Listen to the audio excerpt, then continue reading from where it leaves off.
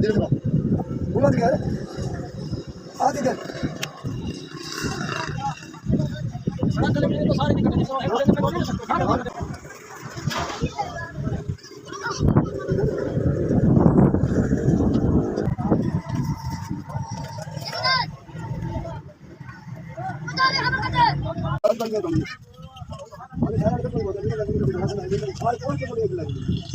नायकपुर में तो सवेर का भूखे बैठा कोई रोटी कुछ भी नहीं